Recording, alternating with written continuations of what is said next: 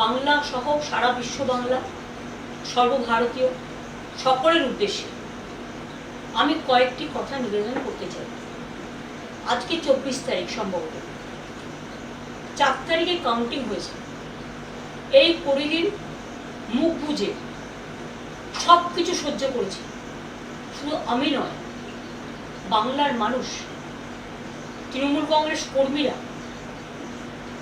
যারা রাষ্ট্রীয় সন্ত্রাসের বলি হয়েছেন, 12 জন মানুষ মারা গেছেন, খুন হয়েছেন, আত্মহত্যা করতে বাধ্য হয়েছেন, সবাইকে জোর করে পদত্যাগপত্র লিখিয়ে নেওয়া হচ্ছে, ইলেকটেড বডিগুলোকে কাজ করতে দেওয়া হচ্ছে না। কলকাতা কর্পোরেশনের মতো বড় কর্পোরেশন, যাদের জল, রাস্তা সহ বিভিন্ন ডেভেলপমেন্টের কাজ, প্রত্যেকটা মিউনিসিপ্যালিটিতে ইলেকটেড বডিকে অস্বীকার করে টোটাল প্রশাসনিক রাষ্ট্রীয় সন্ত্রাস চলছে। আমিও একদিন প্রশাসন চালিয়ে এসেছি। আমি জানি প্রশাসনের কি কাজ, দলের কি কাজ, আর উন্নয়নমূলক বোর্ডগুলোর কি কাজ।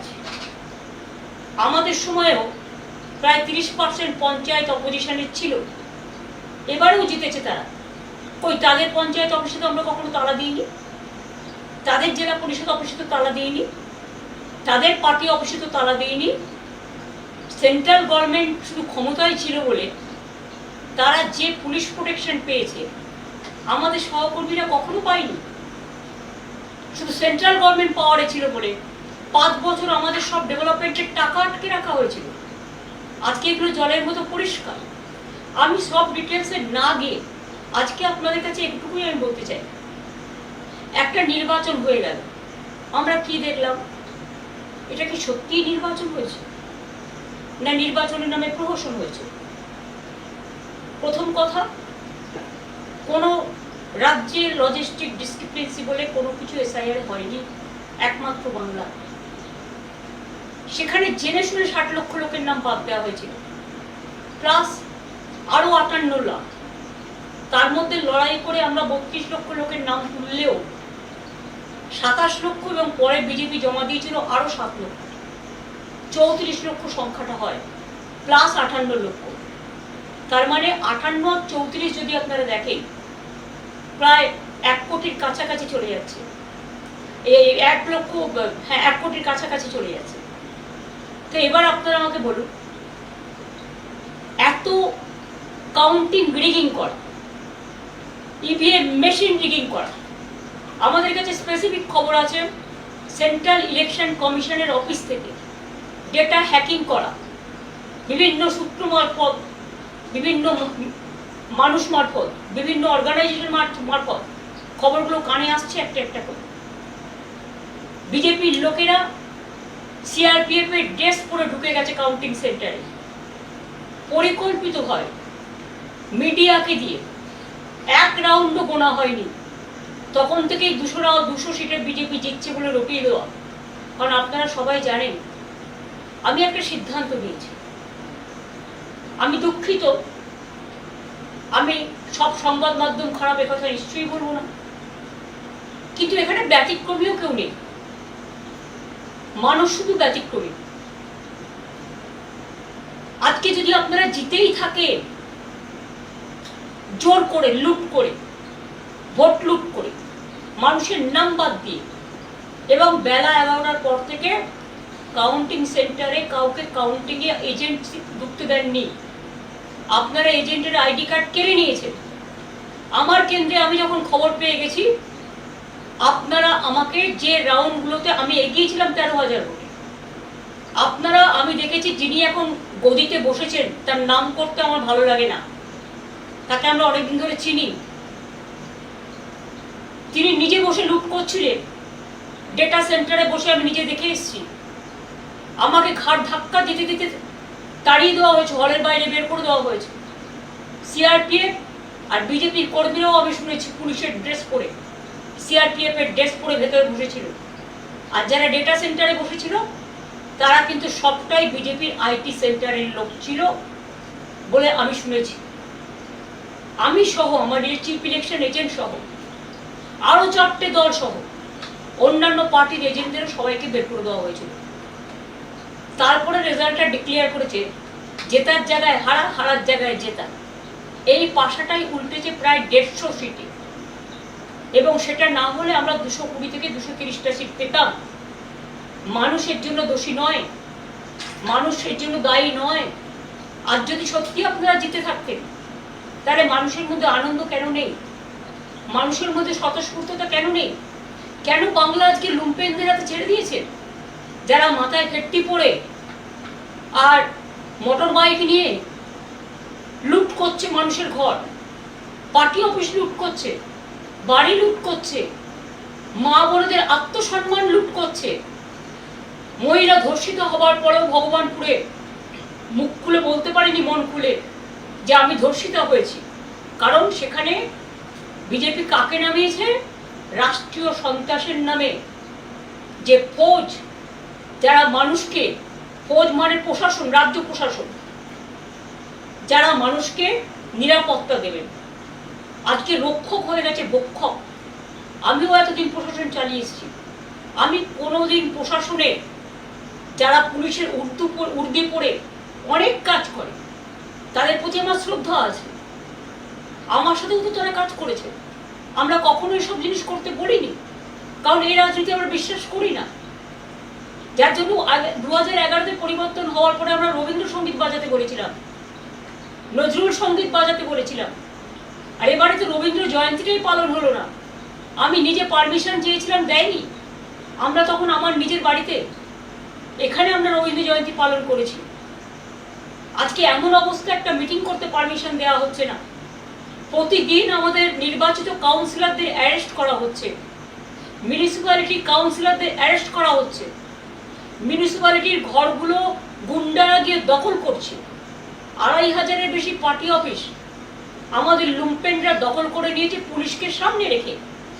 এবং আমাদের নেতারা যখন পুলিশকে ফোন করে জানাচ্ছে আমার সব লুট করে নিচ্ছে বাড়ি থেকে, আমার ক্লাব ঘর থেকে, আমার পার্টি অফিস থেকে, তখন পুলিশ বলছে ইনস্ট্রাকশন আছে। মানে যিনি এখন লুট করে, ভোট লুট করে রাজ শাসনে বসেছেন, তার তো চেয়ারে বসারই কথা নয়। তিনি কি করে বুঝবেন মানুষের দুঃখ দরদ? তৃণমূল কংগ্রেস দেখলে কয়েকটা লুম্পেন চোর চোর বলে বলে বেড়াচ্ছে। কারা এরা? এরা বাংলার লোক নয়, বহিরাগত। তারা বাংলার সংস্কৃতি জানে না, তাই ক্ষমতায় এসে বুলডোজার চালিয়ে মানুষের বাড়ি ভেঙে দিচ্ছে, হকারদের জীবন জীবিকা কেড়ে নিচ্ছে। গরিব অসহায় মানুষ আজকে না খেতে পেয়ে রাস্তায় ভিক্ষে করে বেড়াচ্ছে। এমনকি কর্পোরেশনের নামে মেয়র জানে না, মিউনিসিপ্যালিটির চেয়ারম্যান জানে না, অফিসাররা ইনস্ট্রাকশন দিচ্ছে, তাকে ডিফেন্ড করার সুযোগ দিচ্ছেন না। যদি কেউ বেআইনি হয় তাকে জানানো উচিত যে আপনি হিয়ারিং এ আসুন, কোনটা ডিভিয়েশন হয়েছে আমাদের জানান। হিয়ারিং এ এসে যদি আপনি দেখেন ছোটখাটো ডিভিয়েশন, তাহলে সেখানে অ্যামেন্ডমেন্ট করা আছে, পেনাল্টি করতে পারে। কিন্তু সেটা না করে আপনারা কি করছেন? গায়ের জোরে মানুষ কত কষ্ট করে একটা ঘর তৈরি করে, একটা আশ্রয় তৈরি করে, সব ধর্মের ক্ষেত্রেই করছে, শুধু তিলিজলা তপসিয়া নয়। হাওড়ার শিয়ালদা থেকে শুরু করে, বিধাননগর বনগাঁ থেকে শুরু করে, বর্ধমান আসানসোল থেকে শুরু করে, দুর্গাপুর কলকাতা থেকে শুরু করে সব ভাবছেন ভেঙে উড়িয়ে দেবেন। এমনকি আমার খুব খারাপ লেগেছে যে একজন আর্টিস্টকে দিয়ে আমি করিয়েছিলাম, লোগোটা আমি এঁকেছিলাম। আপনাদের আমার উপর রাগ থাকতেই পারে, যেটা দেখে আমাদের ছোট ছোট ভাই বোনেরা, স্পোর্টস লাভাররা গিয়ে সেলফি তুলত। এবং ফিফা যে আন্ডার-17 খেলা করেছিল সল্টলেক স্টেডিয়ামে, তারা সেটাকে অ্যাপ্রিসিয়েট করে গিয়েছিল, সেটাকে ভেঙে উড়িয়ে দিয়েছেন নিজেদের নামে স্ট্যাচু করবেন বলে। নিজেদের নামে সারা কলকাতা স্ট্যাচু করে বেড়ায়। আজকে আপনারা করবেন, কাল ক্ষমতায় থাকবেন না, কালকে অন্য যারা আসবে একই পথ তারা অনুসরণ করবে। ওই আমরা তো এটা করিনি।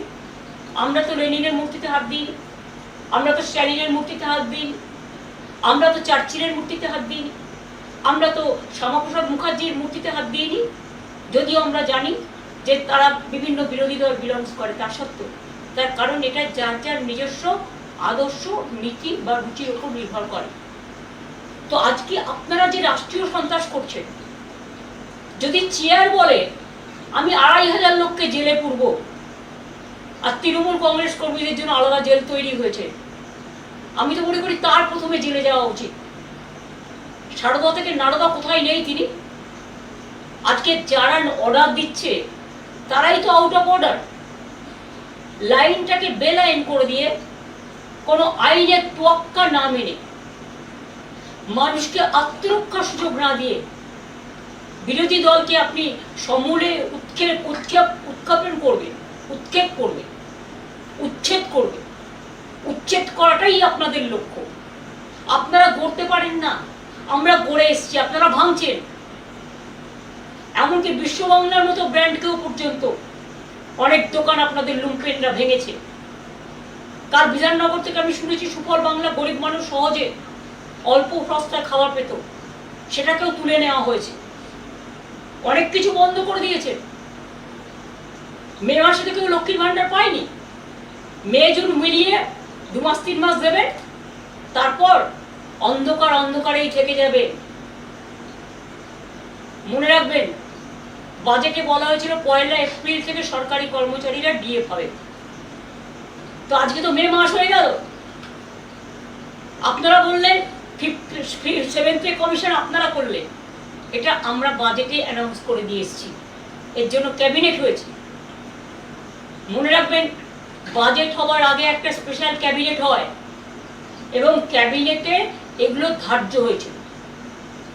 একটা কথা আছে না, old wine in a new bottle, পুরনো বোতলে নতুন মদ।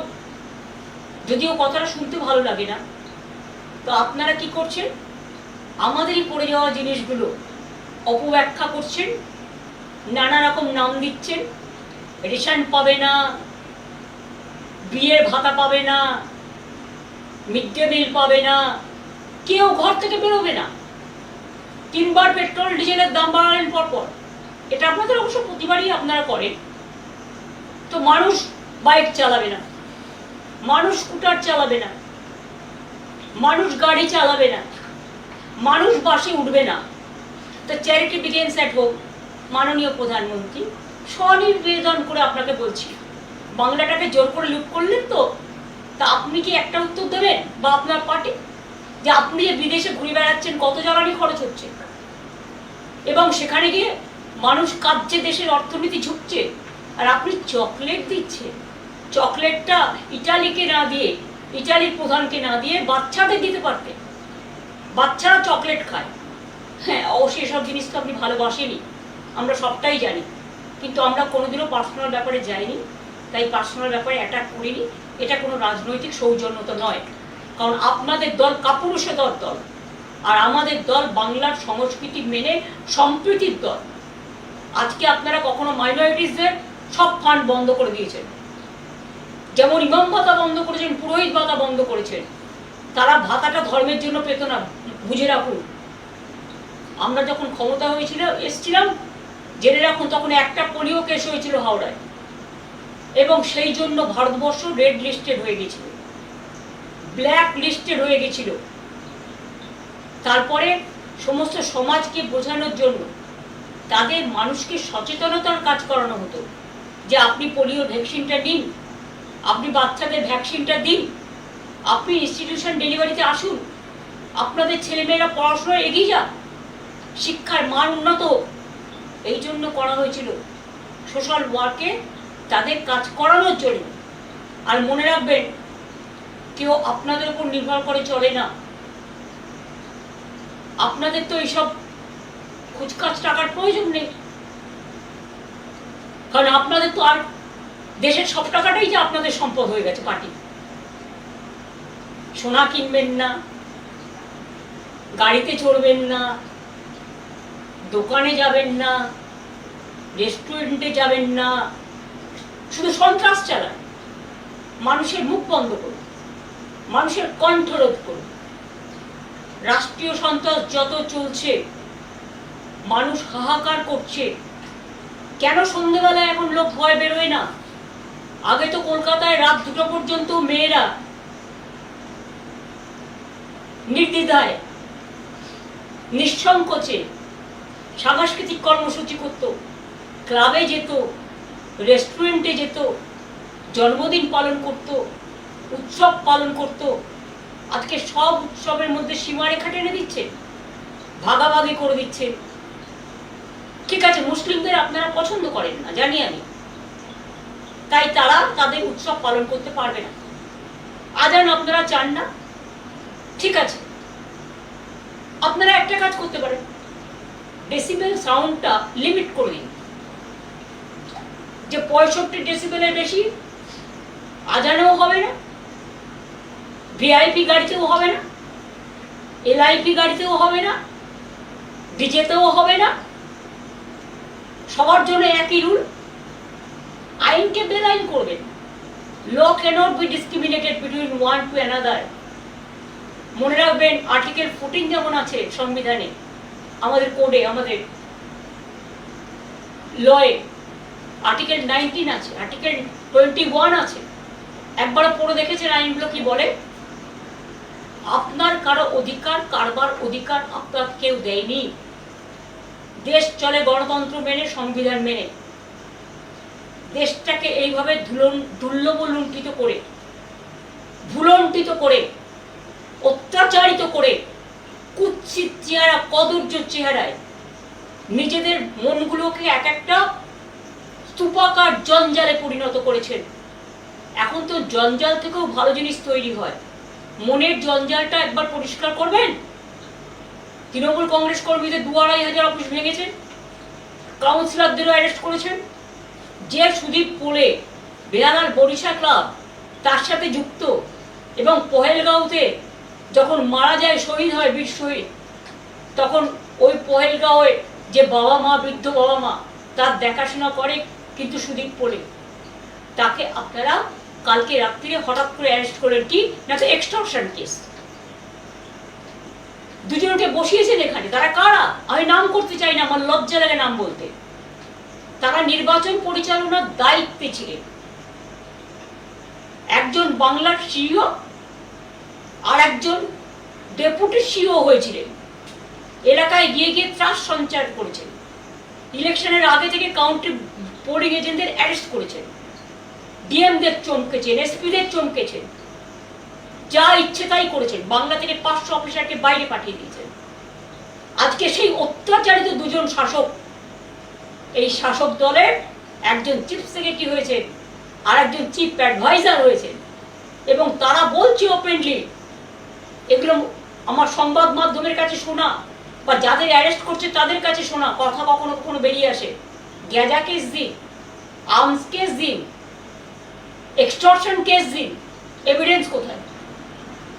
আজকে 10 বছর বাদে আপনার মনে হলো 2021-এর কেসে এখন অ্যারেস্ট করতে হবে?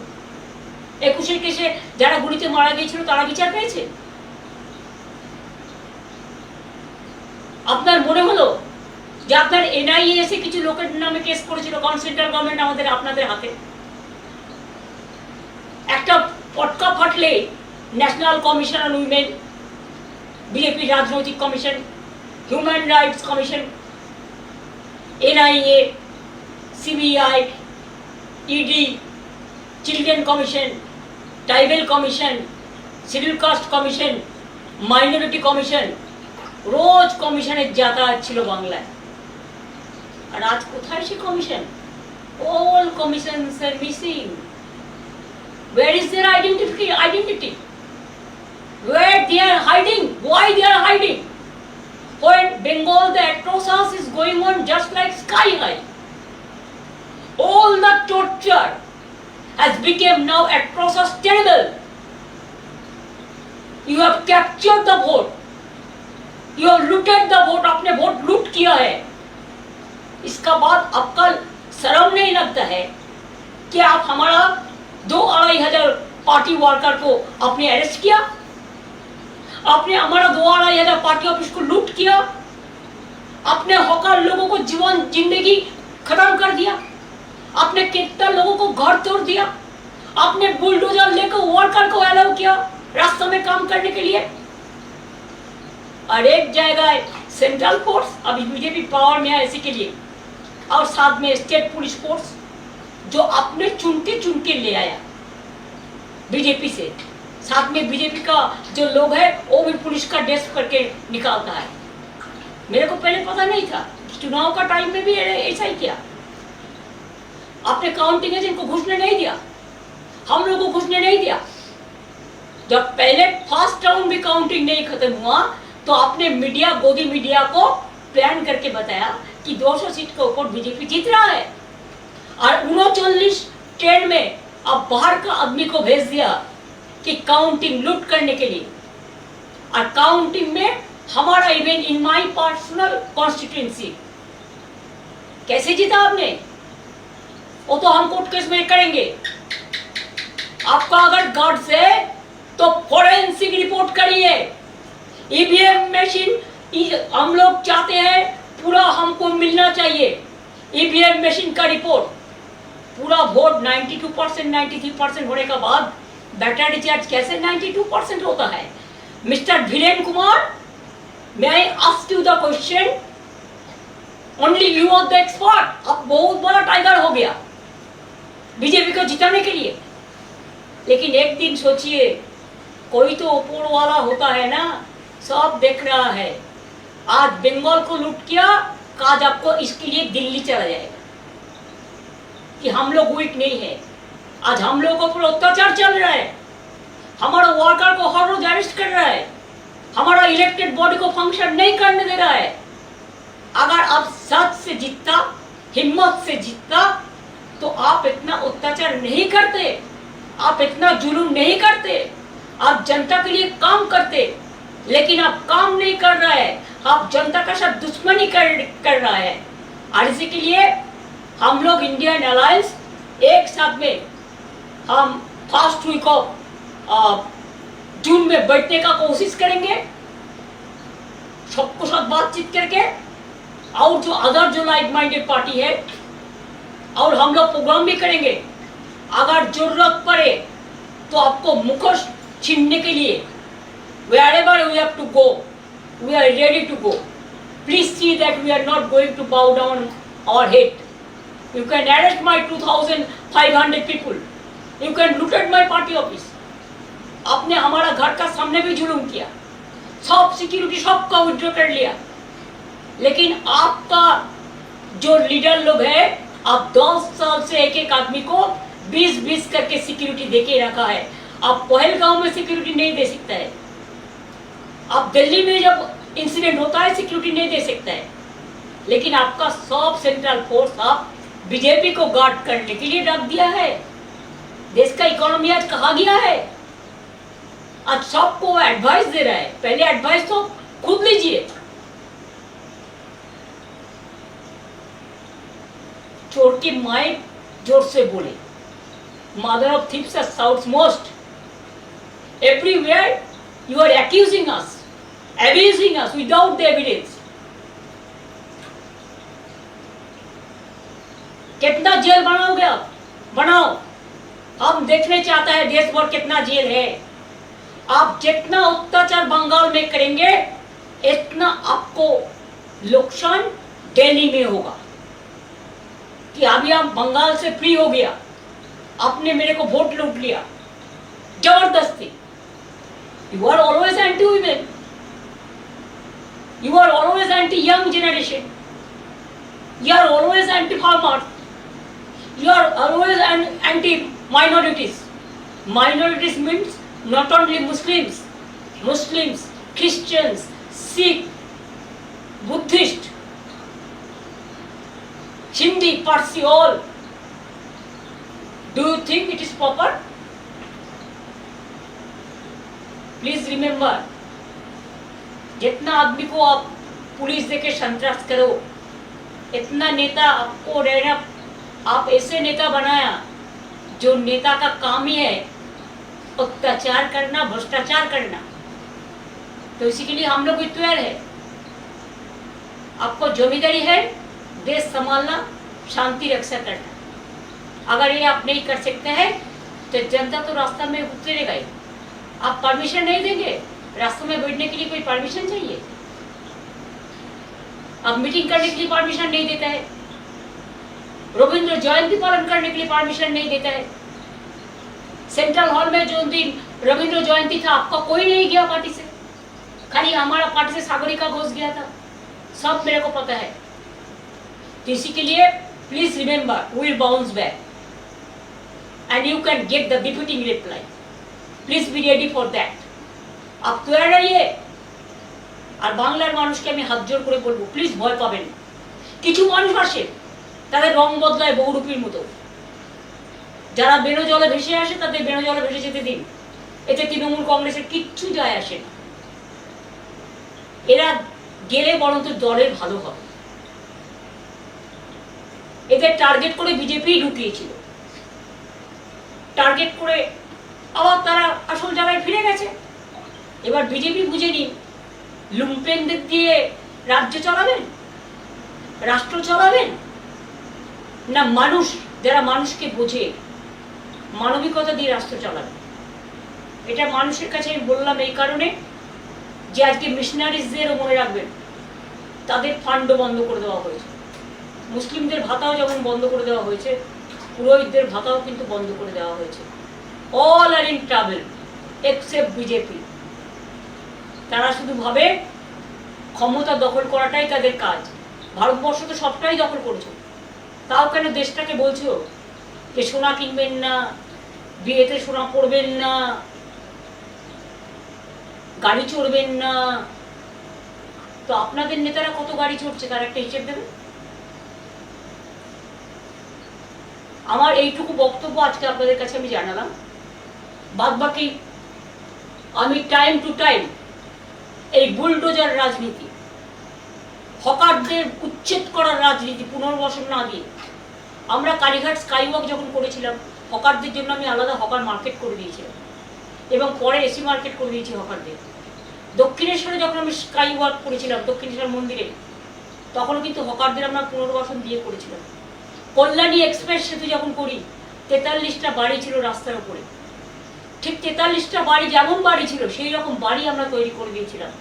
পুনর্বাসন ছাড়া কোনো মানুষকে আমরা উচ্ছেদ করতে দিই না। আর আপনারা আজকে গায়ের জোরে সব লুট করছেন, সব ভেঙে তছনছ করছেন, সব উধাও করে দিচ্ছেন, সরকারের লোগো পর্যন্ত উধাও করে দিচ্ছেন।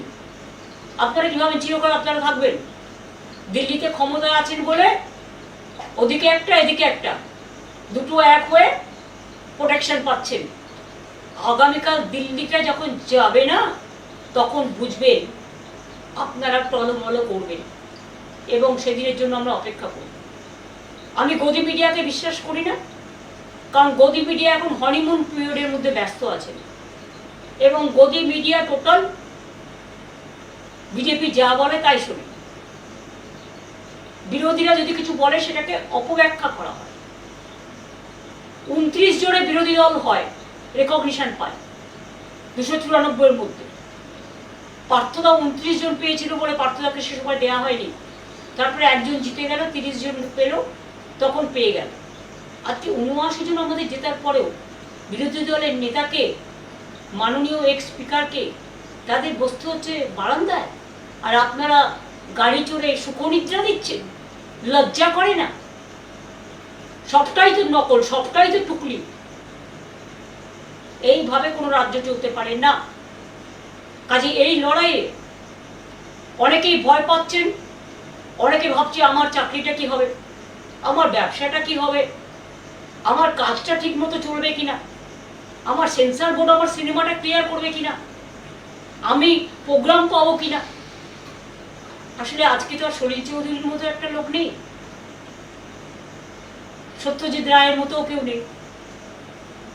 অমাত্য শুনো বেচারা প্রতিবাদ করতে করতে তার জমি, তার ঠিকানায় কেড়ে নেওয়া হয়েছিল। সুতরাং বিদ্যাসাগরও নেই, রাজা রামমোহন রায়ও নেই। প্রতিবাদ করার মনীষীদের আমাদের পাশে না থাকলেও তারা আমাদের মনে আছে, তাদের আদর্শ নিয়েই আমরা পথ চলব। রামকৃষ্ণও নেই, স্বামী বিবেকানন্দও নেই, নকল দীর্ঘধারীরা চলে এসছে।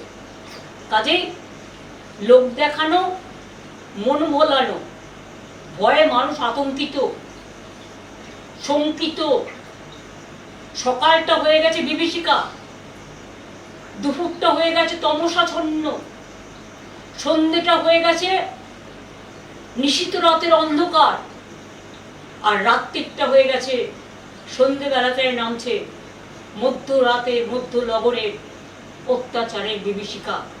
একদিকে বিজেপির অত্যাচার, একদিকে রাষ্ট্রীয় সন্ত্রাসের নামে প্রশাসনের যারা এই কাণ্ডগুলো করে বেড়াচ্ছে তাদের কাছে আমার একটাই আবেদন থাকবে, আমি আপনাদের বিরোধী নই, আমাদের সময়ও আপনাদের আমি কাজ করিয়েছি, কিন্তু এসব কাজ আমি করি না।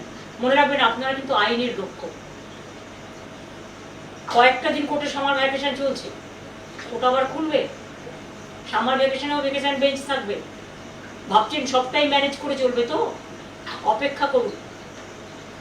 আপনিও যদি আইন ভঙ্গ করেন তাহলে জেনে রাখবেন আপনিও কিন্তু আইনের আওতায় পড়েন। আইন সবার জন্য এক। আর রাজনীতিতে সত্যি যদি আপনারা জিততেন, অত্যাচার করতেন না। আজকে আপনারা লুট করেছেন বলে ভয় পাচ্ছেন, লুটটা যে কোনো মুহূর্তে ফাঁস হয়ে যাবে। ফাঁস অলরেডি মানুষ জেনে গেছে, যা যা জানা, এবং সেই জন্য ভয়ে আতঙ্কিত হয়ে আপনারা চোখের সামনে অন্ধকার দেখছেন, তাই এগুলো করছেন। আমি আজকে ফেসবুক লাইভের মাধ্যমে যারা এই প্রোগ্রামটা আপনারা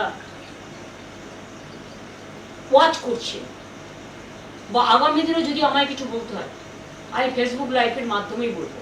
সেটা আপনাদের আমি আগে জানিয়ে দেবো। আজকে একটু জানাতে দেরি হয়েছে, আমি আপনাদের আগেই জানিয়ে দেবো। কারণ এখন কোনো মিডিয়া মানুষের মিডিয়া নয়, গদি মিডিয়া, তারা সত্যিটা মানুষের কাছে তুলে ধরবে না। কাজে আমার অস্ত্র আমার ফেসবুক লাইভ, আমার ফেসবুক ফেস টাইমটা দেখবেন, ফেসবুক লাইভটা দেখবেন, পার্টির টুইটারটা দেখবেন, পার্টির হ্যান্ডেলগুলো দেখবেন। সেখানে আপনারা আমাদের যে মতামত, সেই মতামত জানবেন। আর মানুষের জন্য এই রাষ্ট্রীয় সন্ত্রাসের বিরুদ্ধে আইনের লড়াইয়ে আমি নিজেও কাঁধে কাঁধ মিলিয়ে লড়াই করব। আমি দেখব ভারতবর্ষের সংবিধান বড় না বন্দুকের নয় বড়। আমি এটুকু বলে আজকে আপনাদের সকলকে ধন্যবাদ এবং নমস্কার জানিয়ে আজকের মতো শেষ করছি। কিন্তু আমি আবার আসবো, আর যখন আসবো আমি আগে থেকে আপনাদের জানিয়ে দেবো। আমি কিন্তু এখন কোনো মিডিয়ায় যাচ্ছি না। নমস্কার।